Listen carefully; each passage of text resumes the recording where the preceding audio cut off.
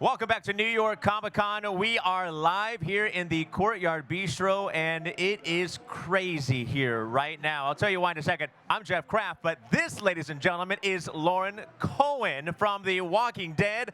Of course, Maggie Green on The Walking Dead. Thank you very much for being here today. Hi! Hi, everyone! People have been getting here, I'd say 2 days ago, waiting for this interview right here with you. I know this has been a pretty spectacular Comic-Con. We're going to chat about why, but let's talk about Comic-Con in general. Have you had a chance to walk around and check out a lot of the different booths? I've been through just now. We come here every year, and we do San Diego every year, and every year it seems like it just gets bigger and better and crazier, and this is the most beautiful bunch yet. Hi! So yeah, I mean, it's the most energizing experience. I love it. Yeah. No matter how many Comic-Cons I go to, it doesn't really matter. And I think, oh, I've seen it all. It's gonna be a comic. Every year it surprises me. Every year I see something different that I didn't expect to see, whether it's cosplayers or costumes. But this Comic-Con is pretty special. Last night, not many people can say this, selling out Madison Square Garden for the premiere of season 6. Unbelievable, unbelievable. Not only that, you've also got a new feature film, a thriller, that's going to be coming out at the beginning of next year called The Boy. We're going to talk about that. Let's go into last night. Over 17,000 people at Madison Square Garden for The Walking Dead. How was that? It was the most amazing experience. We had 17,000 fans there. We had all of our crew and cast that have been a part of the show. We had surprises from cast that have been on the show that all came up. Emily Kinney surprised us. Scott Wilson surprised us. John Bernthal as Shane even came back and surprised us all. And we were on stage at Madison Square Garden. It was insane. Yeah, I've seen some of the footage. You know what I did see also? Norman Reedus riding right up onto the stage in a motorcycle. True Reedus style. True Reedus style. That way, wasn't wearing a helmet. Kids, wear your helmets if you're riding your motorcycle. Just want to say that. Especially if you're riding it onto the stage at Madison Square Garden. That's right. But it's Reedus. He can do anything he wants. Yeah. Norman did a great job, actually, because we all sort of came out on stage, and then he drove his motorcycle up there, and at the last minute went like this, because it's just not something you want to screw up. You definitely don't. Is that a sense of what's going to be happening in season 6? The characters are going to be a little more dangerous. They're going to be trying a little bit more. A lot of movement from what I've been hearing, a lot of movement. And we had Norman here on the stage live on Twitch yesterday. He was saying this year is definitely the most epic and surprising even for all the cast. It's crazy. I've been calling it the Mission Impossible of Walking Dead. I mean, we are doing bigger episodes, sometimes within the same time frame. Occasionally we get to do it in 10 days, but we're basically making giant action films with all these zombies. We have 650 zombies in our first episode. Like, it's the craziest. And we're doing all of that with extra action and extra emotion and everything that you guys know that you see, but the stunts have tripled. It's amazing. I mean, I have a lot of bruises right now. Let's talk about Maggie's character, because Maggie's character has the most strength. There is it's the biggest transformation as well, from the comics going into the show as well. How does it feel playing a character like that with the amount of power that you have? There's a lot of responsibility playing Maggie. It's been such a great experience for me, because Maggie's still human and sensitive and vulnerable, and she's falling in love, which is a very vulnerable thing to do. And she gets to be badass and still be feminine and be just sort of, part of this group that has insane brute force and insane strength, and then learning all these new skills at Alexandria to try to help us have a safe hold and to have a sustainable home and community. So, yeah, she's definitely sort of got this 5-pronged approach to things. It's good. It's complex and very, very, very challenging and satisfying. What do you like? What do you like better? Do you like tackling the walkers? You like getting your hands dirty, or what's kind of gone on now in season 5? The hierarchy that you've gained. Yeah. What do you like better more for the Maggie character for you personally? When I think about how I like to eat, I like a little sour, a little salty, a little sweet, junk food and healthy food, and that's how I feel with The Walking Dead. I mean, you have to get your hands dirty. If I go too long and I don't have my hands in some guts, something's really wrong. And if you don't get like a gory episode, but then the emotion and the chance to have the family that we've had, and the whole Green family, that is, to me, what makes this show stand out, is that you have a crazy environment in the apocalypse, but you have real family and real have your back, what does it take to survive, what does love mean, why are we even striving to live? And you get to do all of those things in one place. And so, I don't know, I couldn't give up any of it. Well, going back to Alexandria Safe House, ever since the group has reached there, it's been very safe. It's been very safe for Maggie's character. Going into season 6, a lot of questions have been asking. It's been brewing. Is the family going to be growing with Maggie's character? Is this the season that Maggie's family is going to grow? If we're going to be following the comics, a lot goes on. Is the adoption taking place? I mean, there's a lot of questions to be asked here. Yeah, I didn't know that's where you're going with that. That's good. Yes, there's a bit more security. Everybody knows they saw Maggie and Glenn in season 3 talk about if they had been pregnant, what would they do and how would they have coped. And I think that we now know, and Maggie and Glenn definitely both know, that it's not really going to get any easier. There always going to be challenge and tragedy. But do you still try and make a life within that? So we'll see. We'll see what happens this year, but definitely nothing yet. But there's definitely the desire to have a normal life, maybe. I'm sure. Some casseroles. I don't know. Some casseroles. So Maggie's going to have casseroles. Is that what's going to happen? Carol's going to make a lot more casseroles. Yeah. Yeah. Well, a lot of questions that need to be answered, but I want to talk about The Boy as well. Yeah. Very exciting year for you this year. The Boy is going to be coming out January 2016. It's your first feature thriller that's going to be coming out, and you've got a great crew. You've got William Brent Bell. He's the director on it. You've got Roy Lee, who is the Grudge and The Ring. It's pretty exciting. Tell me about Greta's character in The Boy. It's been so exciting. So it's the story of an American girl who goes to England to be a nanny, which is ironic because it's the reverse for me, Lauren. But who goes to England to be a nanny and goes to this very small village and arrives, and the couple want her to look after a porcelain doll that's been made in the likeness of their dead son. In a very isolated town, and she can't leave, and it becomes incredibly creepy. I know The Walking Dead is creepy, but this is one of the creepiest things I've ever done. Is it creepy? Is it porcelain? Is it like Chucky style creepy? No, Is that the doll? Beautiful, and that's what actually was interesting about it, because I did a lot of the movie is me with this doll, and he's so beautifully made that you start to believe he's real, and there's sort of this life behind his eyes that's so there's an interesting relationship that develops there, and it was scary. I mean, it was very scary to film it, and I hope it's not too scary. It was scary. I mean, you coming from The Walking Dead, and all of a sudden you got the porcelain. It's a different type of a scary. It's a different type of a scary. But what was the transition like, going from The Walking Dead and then going into this porcelain doll that's going to be coming to life, basically? You think that's alive. What is that transition like for you in general? This was a different experience because Walking Dead, I think, is this adrenaline-pumping fight for your life. And with The Boy, the part of my brain was just, you start to feel like, I mean, the character definitely starts to feel like she's losing it. And it's a much more deeply psychological kind of experience for me. And sort of there's only 5 of us in the cast. It was really crazy. And Rupert Evans, who's also here promoting Man in High Castle. So hi Rupert, if you're around. Is he here?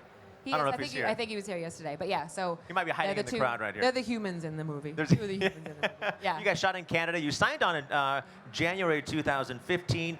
And like I said, it's going to be released 2016 in January. 12-month turnaround. That's really fast. Yeah, we shot really, really quickly. And we also, I mean, coming from a TV schedule, it still felt luxurious because we had sometimes we'd do 8 takes, and I was like, oh my gosh, this is insane. So it was lovely, but very quick turnaround till January. But people can do that now, and William Brent Bell, our director, is he was editing the whole time we were making. He's badass. It's great. So what do you like right now better? You like The Walking Dead? You like that TV series, AMC? It's been a part of you, but you going back into the movies a little bit. What do you like? Do you like the TV shooting style? Do you like the film shooting style? Not just the thriller genre, but just in general, the movies. What do you like? What do you like? I like character. I mean, it's funny. I didn't think I wanted to do a thriller, and then I read The Boy, and I just thought, I need to know what happens, and the change that she goes through is so monumental. So I like character. I like things to speak to me. I definitely love comedy, but what I find that I can do in my hiatus, if it's got good character, I want to do it. So, definitely goofy stuff. I did a Tim and Eric episode last year that like rocked my socks off. It was just, it was complete absurd comedy. But Now, yeah. a little the everything. cast, the Walking Dead cast before it all started, a lot of them came from the thrill, the horror genre background. Would you want to do more thrillers, more horrors? Do you like that? Yeah, I like it as long as it's a good story. I think that's what everybody sort of gravitates towards, is just something where you can't wait to know what happens next. That's how I feel about Walking Dead. I mean, every episode, this is our 6th year, and it's somehow better and more mysterious and more thrilling than it has ever been. And I just can't wait to turn the page and know what's going to happen. And so it's the same as reading a book, or it's the same as everybody's experience with comics, with books, with everything. You want to be lost in this world. And so bring it on. I'm excited. I know everybody here. You guys all excited about Sunday? Sunday night, that premiere is going to happen. A lot of it, we said 17,000 people last night at Madison Square Garden, selling it out Beyonce style. Did you feel like a true, Comic-Con, did you feel like a superhero? Felt just like your hearing just stops working at some point. You're so in awe of it was crazy. I was just thinking, you said 17,000 people. Let's have 17 million people on Sunday cheering with us and watching on Sunday. I'm so excited for you guys to see it. It's literally, we have a 90-minute episode. It's one of our biggest, craziest episodes yet. Biggest amount of walkers. I can't wait for you to say it. It's going to be exciting. It's going to be exciting. Are you going to get a chance to walk around maybe tomorrow morning before the doors open and experience Comic-Con yourself? I think so. I mean, I have to be somewhere at 6, so maybe after that period. Come back. We'll walk around. We'll hang out. We'll walk around. Yeah, and we'll I'd love go to. take a look. We're in the Courtyard Bistro right now. Of course, we're live on Twitch all over the world. Here at New York Comic Con, presented by Courtyard. So that's why we're in the bistro. Did you want anything to eat or anything? No, I was just looking at those yogurts. They look really good. Yeah, they do look good. Dr. Good. Pepper. Yeah. Yeah. Anything. Anybody want anything? Anybody want anything? We'll go ahead and get it. Lorna will get it for you. Well, we talked about The Boy. It is going to be coming out, released January 2016, just a few months away for that. That's going to be really exciting. But the big news, of course, Sunday. That's tomorrow night, 8 Central on AMC, The Walking Dead, season number 6. Here's a ridiculous question. New York, are you ready for that? You ready for The Walking Dead to come into your homes for another season? Well, Lauren, thank you very much. I know there's quite a bit of media that's here as well. They've been wanting to ask you some questions. So let's go ahead and turn it to the media. We haven't done this yet here this year, but let's turn it to some of the media. Some of the questions are, where are you from, and what question do you have? Hi, I'm Alex Yard. I'm from the Good Men Project, All Things Geek. I'd like to ask you, as the bearer of Herschel's legacy, Maggie, what's the most important thing that she takes with her from her dad? How does she honor her dad in her life going forward? That's such a good question. I think it's at the absolute core of who Maggie is.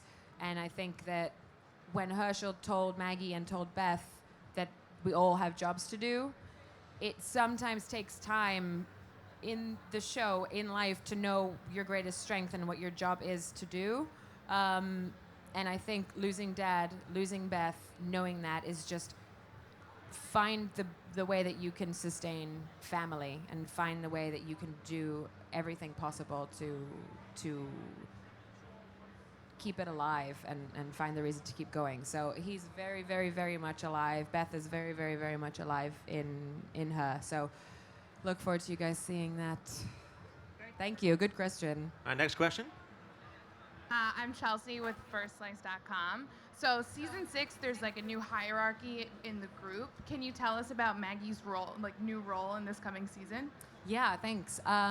So season 6, we saw that Deanna and Maggie developed this mentorship, and Deanna obviously loses Reg at the end of season 5, and so Maggie sort of needs to support her and help her and actually sort of teach back to her a lot of the strength that she gave Maggie. And the awesome thing about our group coming into Alexandria, as we've all seen, is that Alexandria is smart and savvy, and they know how to build this community, but they don't have the brutal strength that Rick and the Grimes gang have. So Maggie gets to sort of try to pull those two worlds together and make sure that that Deanna's purpose is fulfilled, because that's what she wanted. So it's really exciting. It's really exciting because there's going to be huge threats coming, and we need the whole package to be unified. So yeah. Thank you. Another question? Hi, this is Amanda from Funimation. Hi. Hi. For season 6, who would be considered the most dangerous group? The Alexandrians, the Wolves, or Rick Grimes and Kang? We haven't met the most dangerous group yet. That's all I'm going to say. I like that answer. Haven't met the most dangerous group yet. All right. Next question. Hi, I'm Bandit from the Geekiary. I was wondering, what do you think has been the hardest part of Maggie's character growth so far? The hardest part is losing Beth and Herschel. I mean, for both from playing that part and from from Maggie's perspective in the show. I think that it's, it's people that we all really fell in love with, and it's hard. But it's what makes the show good is how much we love those people and how connected it is. So, but yeah, it's hard. Hi, this is Jordan for ScienceFiction.com. Hi. I just wanted to ask you, we're at New York Comic Con. It's a huge, huge event for all your fans to come out and have a chance to meet you or have an experience with you. In the seasons it's been since you've joined The Walking Dead, what would you say is your best fan experience? Oh my God, so many. Most recent one was actually just at CVS, and I went to CVS to buy like mundane nonsense, and the guy at the desk, and this is what people often say, they're like, does anybody ever tell you that you look like? And he said that, and he goes, did anybody ever tell you you look like Maggie? And I went, yeah. But thinking he knew that I actually was Lauren, who plays Maggie, and he goes, yeah, that's crazy. And I went, I am. And he literally fell down and like just had such a connection. It was so adorable. It made my year. Yeah, he was like,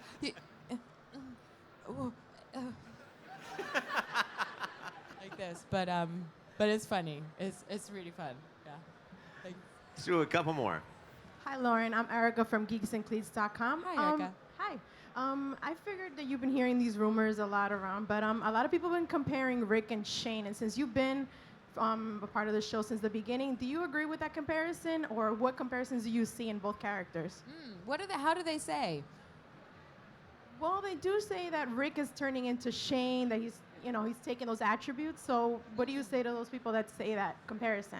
Gosh, I think Rick's been just this sort of live wire for quite a few seasons. I've sort of always seen that. It's the side I love. It's actually why I really love the Morgan and Rick comparison, because they're almost like the two sides of oneself. And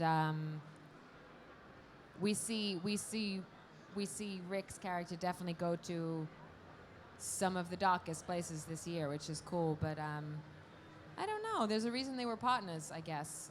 But yeah, I don't know. Rick's always been pretty. Wouldn't you agree? Another I love question. you. A lot of fans.